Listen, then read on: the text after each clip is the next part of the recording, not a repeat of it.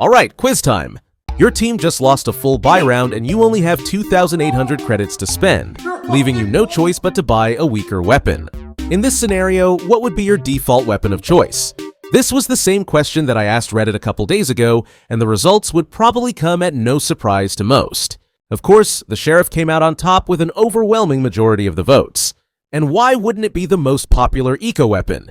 It's cheap, it's versatile, and not to mention super satisfying to tap heads with. There is actually one eco-weapon in particular that players always tend to underestimate. In fact, this weapon used to be so overpowered that Riot had to nerf it not just once, or twice, but 6 times.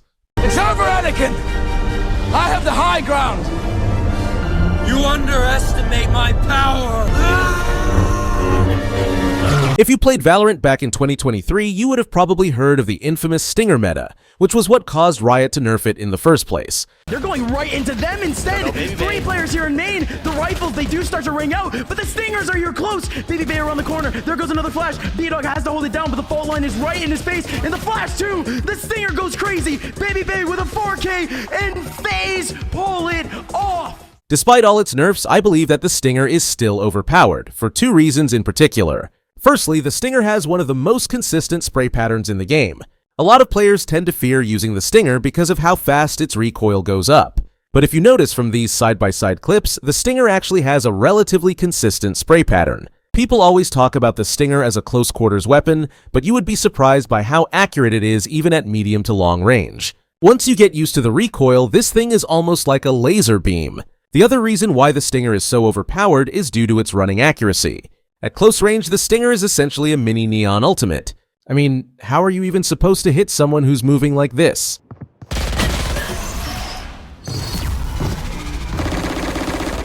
So now that we know that the Stinger is a really good gun, when do we actually buy it?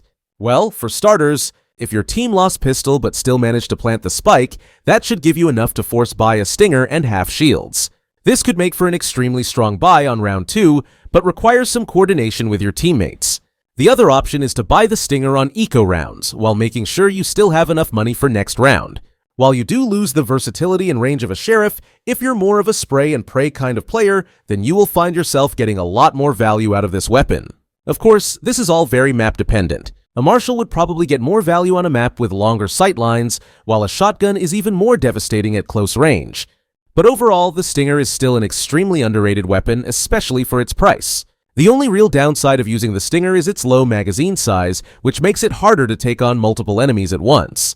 Now I'll be giving you some tips on how to properly abuse the Stinger in Ranked. Firstly, you should almost never be using the ADS. Even if your opponents are a little further away, a committed crouch spray should get them more than half the time.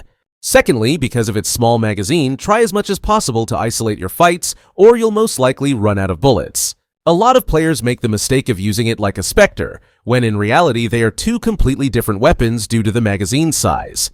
That's all from me, and I'll see you in the next video.